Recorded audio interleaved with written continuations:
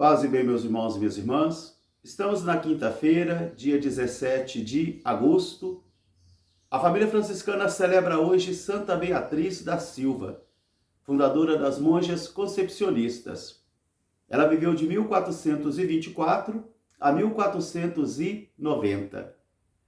O evangelho de hoje é retirado do livro de Mateus, capítulo 18, versículos 21, até o capítulo 19, versículo 1.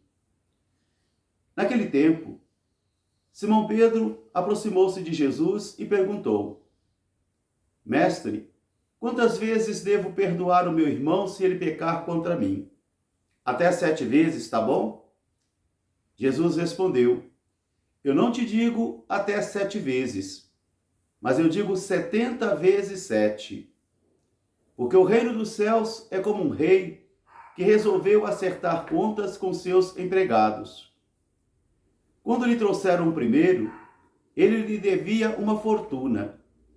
Mas não tendo com o que pagar, o rei ordenou que ele fosse vendido, juntamente com sua esposa, filhos e tudo que possuía, para pagar a dívida. Mas ele caiu aos pés do rei e suplicou que desse-lhe mais um prazo, para que ele pudesse pagar todas as coisas. O rei se compadeceu e perdoou toda a sua dívida. Saindo dali, aquele homem encontrou um outro companheiro que lhe devia 100 moedas de prata. Ele o agarrou, quase o asfixiava e obrigava dizendo: Paga-me o que me deves. Mas ele justificou que não tinha como pagar e que lhe desse um prazo e ele pagaria. Mas aquele homem não concordou e assim ordenou que ele fosse jogado na prisão até que pagasse tudo. Os companheiros ficaram muito entristecidos com o ocorrido e foram até o rei e narraram o fato. O rei ficou furioso, mandou chamar aquele empregado e disse-lhe: Empregado mau e cruel, eu não te perdoei toda a tua dívida? Por que não perdoastes então ao teu companheiro? Já que assim não procedestes, o rei ordenou então que ele fosse vendido, juntamente com tudo que tinha, para que pagasse a dívida. E Jesus concluiu: Assim o vosso Pai do céu se comportará também convosco, se não perdoardes aqueles que vos devem. Palavra da salvação. Meus irmãos e minhas irmãs, nós ainda continuamos no finalzinho do capítulo 18. E se no início Jesus falava das relações do poder, também falava da oração comum, também falou sobre a possibilidade de cada um de nós de não permitirmos que sejamos tomados pela busca de poder, de dinheiro, pela fama. Também se ele falou que nós devíamos passar pela experiência da correção fraterna. E deu até um itinerário para que a gente pudesse realizar este itinerário. Corrigir o irmão a sós, em particular. Se ele não ouvisse, chamasse 2 testemunhas. Se ele não ouvisse as testemunhas, também que fosse conduzido até a igreja. E se ele não ouvisse a igreja, que ele fosse tido como pagão e também como impuro. Agora Jesus vai falar com Pedro novamente a questão do perdão. E o texto de hoje começa com uma pergunta feita por Pedro, onde ele já se aproxima de Jesus com uma cifra bem determinada, 7 vezes 7. Se ele devia perdoar até 7 vezes 7, isso já estava bom, isso já estava realizado. Mas Jesus convida Pedro nesse momento a ir além de uma cifra determinada, a ir além, porque o perdão deve ir além. E Jesus, para poder narrar este fato para Pedro, vai contar esta parábola, onde ele usa uma metáfora. Porque aquela soma grande que aquele primeiro empregado devia ao rei, ali está sendo utilizada uma figura de linguagem para dizer os pecados de cada um de nós diante de Deus. Esse Deus que foi rico em misericórdia para cada um de nós, se nós fomos agraciados com o perdão, Jesus diz: o que se espera daquele que recebeu perdão é que ele também seja instrumento de perdão, que ele também seja instrumento de reconciliação. Nós temos dois personagens. O primeiro empregado que devia uma soma incalculável. Isso até assustava. Mas que fez um pedido ao rei. Um pedido que também o segundo empregado fará a ele. Dá-me um prazo e eu te pagarei. O primeiro empregado foi agraciado pelo rei e foi perdoado a sua dívida.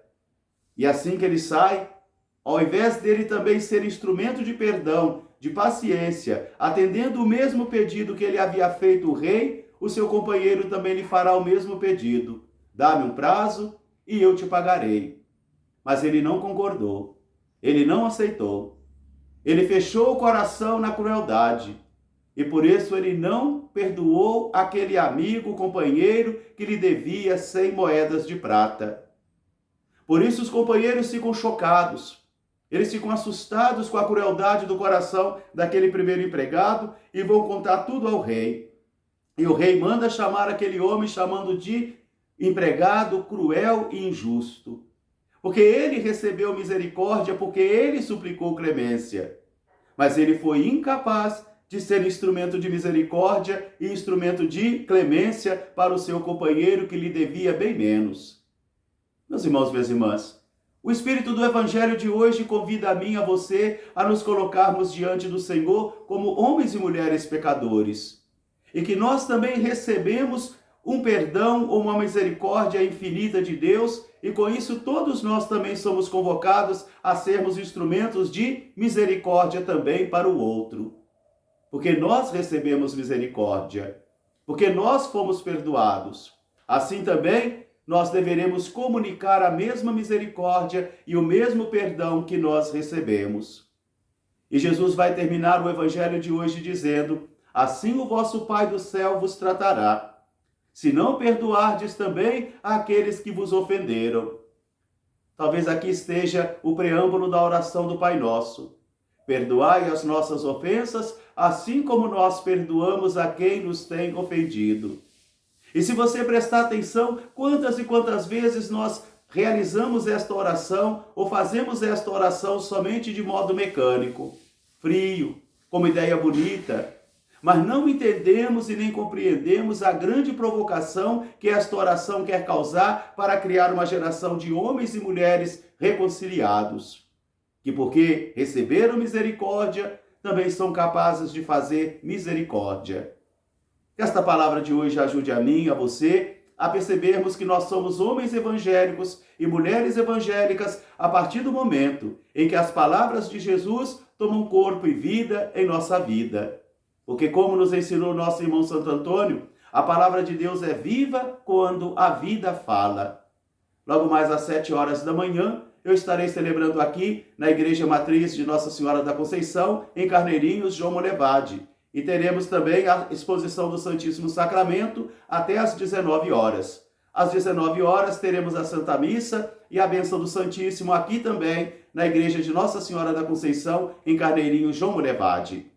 Um grande fraterno abraço para todos, paz e bem, até amanhã se Deus quiser. E quem quiser um dia conhecer as irmãs concepcionistas, está lá no Mosteiro de Macaúbas, em Santa Luzia, Minas Gerais. E vocês poderão fazer uma visita para as nossas monjas. Um grande fraterno abraço para todos e que Santa Beatriz da Silva interceda por nós. Paz e bem, até amanhã se Deus quiser.